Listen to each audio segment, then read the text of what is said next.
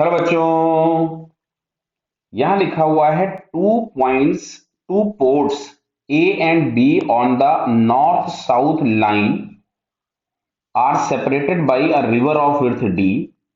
The river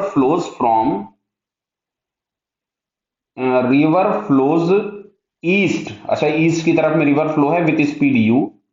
a boat cross the river from A port, starting from port A. The speed of boat relative to water is v। अच्छा, v बराबर 2u दिया हुआ है। At what direction the velocity of the boat relative to river, theta निकालना है so that cross directly opposite point A to B. Clear है? तो देखो इधर, यहां पे अगर हमारे पास वेलोसिटी ऑफ द बोट है इस तरफ में,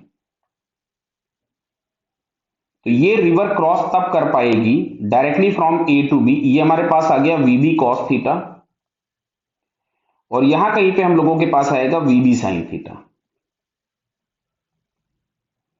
तो ये वी बी साइन थीटा और वी आर अगर कैंसल आउट हो गए, मतलब आपके पास दोनों एक दूसरे को कैंसिल कर देते हैं, या रिलेटिव इस डायरेक्शन में जीरो हो जाता है, रिजल्टेंट इस डायरेक्शन में जीरो अगर हो जाता है, तो केवल वी बी कॉस थीटा मिलेगा और ये रिवर क्रॉस कर जाएगी। तो कंडीशन हमारे पास क्या होनी चाहिए कि V B sine theta is equals to V R, और वी बी हम लोगों के पास दिया था 2 टाइम्स यू।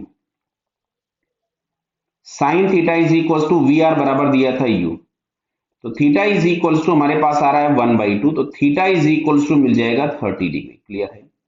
बट ये जो एंगल 30 दिख रहा है वो इस डायरेक्शन में है। ये वाला एंगल 30 मतलब angle is from the north towards waste. Clear है?